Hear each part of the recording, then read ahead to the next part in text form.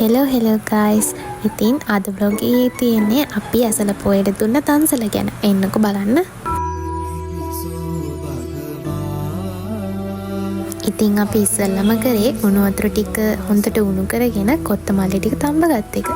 මෙන්න මේ විදිහට තමයි අපි කොත්තමල්ලි එක හදාගත්තේ. මේ දන්සල දෙන්නේ අපේ ගමේ තියෙන ගෙවල් කිහිපයක එකතුවෙන්. ඒ වගේම අපි මේ සැරේ පොල් කටුත් සුද්ධ කරගත්තා. කොත්තමල්ලි අපිට පොල් කටුවල දෙන්න ඕනේ වුණ හින්දා.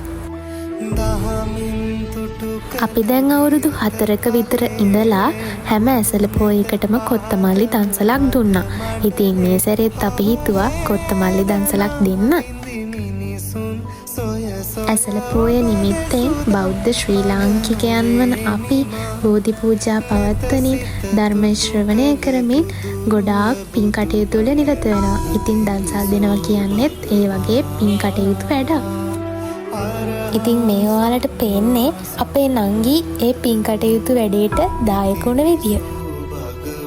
සාමාන්‍යයෙන් ප්ලාස්ටික් කෝප්පවල දෙනවට වඩා මේ පොල් කටේ දුන්නහම අර රස්නෙට තියෙන කොත්තමල්ලියක ඉක්මනට නිවෙනවලු. දන්සලට ආව අත්තම්ම කෙනෙක් තමයි එහෙම කිව්වේ. දන්සල් වදින්න ආපු අයියලා දෙන්නෙක් නවත්තලා අපේ නංගිට උදව් කරා. ඇත්තට මේක ලොකු පිනක් ඒ දෙන්නට. එයාලා ගොඩාක් වාහන නවත්තලා දුන්නා. හැබැයි යාගේ ජොබ් එක නැති වුණා.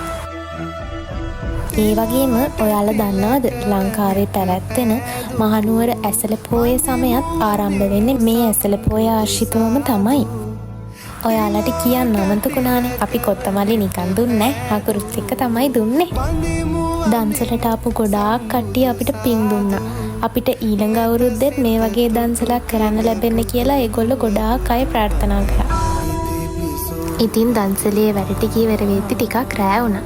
මෙන්න මේ විදිහට තමයි දන්සලේ වැඩ කටයුතු අවසන් වුණේ.